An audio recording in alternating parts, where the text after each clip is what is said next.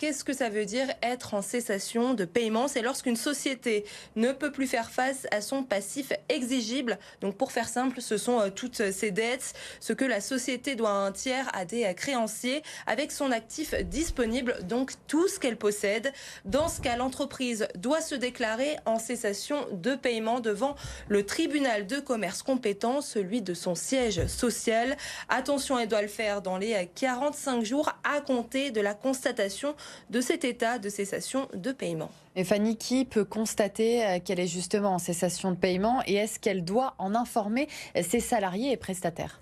Alors qui ce sont des avocats, des créanciers ou plus souvent des experts comptables qui constatent les dettes importantes qui ne peuvent plus être honorées. Ils tirent la sonnette d'alarme. Parfois même, ce sont les dirigeants eux-mêmes. Alors comment savoir si on est en cessation de paiement? C'est quand la société ne paye plus ses loyers, par exemple durant plusieurs mois, sans qu'il y ait de contentieux sur le bail, si elle ne paye plus l'URSSAF ou encore la TVA par exemple.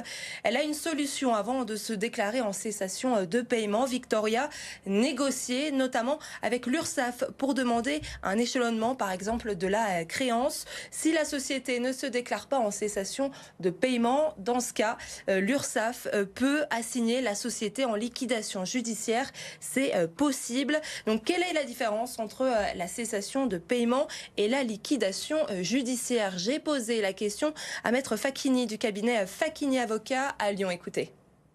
On estime que la société, elle a suffisamment les reins solides et qu'elle peut, en négociant avec ses créanciers, en gelant les dettes, parce que ça va être l'effet de l'ouverture d'une procédure collective en redressement ou en liquidation, on gèle les dettes.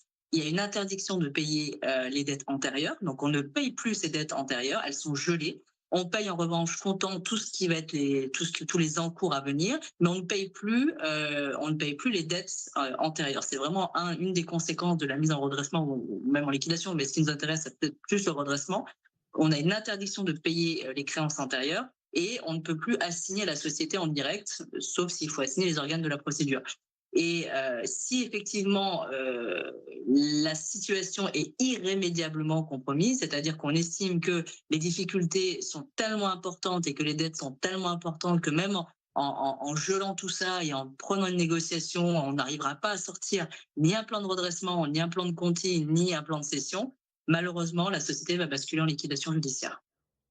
La liquidation judiciaire, c'est la mort de la société, finalement, l'étape d'après. Ensuite, est-ce que les salariés doivent être au courant de la déclaration de cessation de paiement? Normalement, oui. Le représentant des salariés peut être informé. Tout dépend des projets qui vont être derrière. Dans le cas d'une liquidation judiciaire, les salariés vont être licenciés sur motif économique.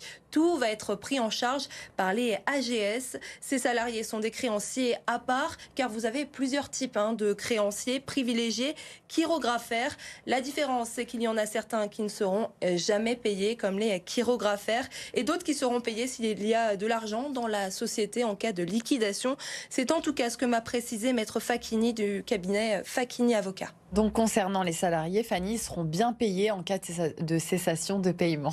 Oui, les salariés sont protégés par un contrat, donc ils seront payés. Il n'y a pas de négociation possible avec les salaires, pas de reconnaissance de dette sur les salaires. Ils ont un traitement à part. En revanche, et c'est le cas pour Mohamed, il n'a signé aucun contrat de travail. Il peut être qualifié de chirographaire. Donc qu'est-ce qu'il peut faire dans ces cas-là? Il va devoir déclarer ses créances, mais pas tout de suite.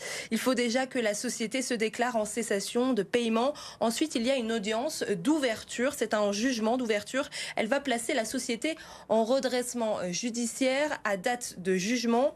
L'ensemble des créanciers sont tenus de déclarer leurs créances dans un délai, attention, il faut bien écouter, de 2 mois à compter de la publicité du jugement. Donc Mohamed devra déclarer ses créances. Il ne peut pas les augmenter, il devra les actualiser plus tard.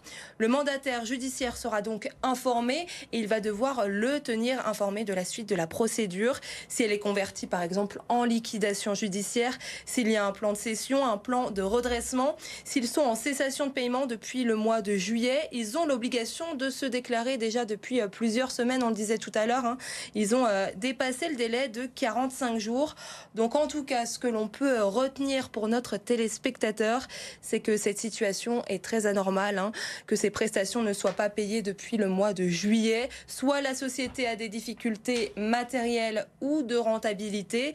Dans le cas de problèmes de rentabilité et d'un état de cessation de paiement, la société doit le déclarer devant le tribunal de commerce. Elle a 45 jours pour le faire. Et pour notre téléspectateur qui n'a pas signé de contrat de travail avec cette entreprise, il doit être considéré comme chirographaire et il devra bien déclarer ses créances dans un délai de 2 mois à compter de la publicité du jugement.